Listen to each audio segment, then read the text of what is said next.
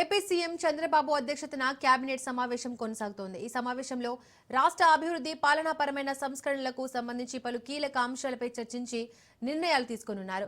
గత కేబినెట్ భేటీలో తీసుకున్న నిర్ణయాలకు అనుగుణంగా 3 కొత్త జిల్లాలు, పలు కొత్త రెవెన్యూ డివిజన్ల ఏర్పాటు ప్రక్రియపై తుది నిర్ణయం తీసుకునే అవకాశం ఉంది. రాజధాని అమరావతిలో మౌలిక సదుపాయాల కల్పన కోసం సుమారు 2,723 కోట్ల విలువైన పనులకు మంత్రివర్గం ఆమోదం తెలుపనుంది. ఎస్ఐపిబి ప్రతిపాదించిన భారీ పరిశ్రమల స్థాపనకు గ్రీన్ సిగ్నల్ ఇవ్వనున్నారు. కేబినెట్ భేటీ అనంతరం ప్రస్తుత రాజకీయ పరిస్థితులు, ప్రభుత్వ పథకాల అమలు తీరుపై సీఎం మంత్రులతో ప్రత్యేకంగా చర్చించే అవకాశం ఉంది.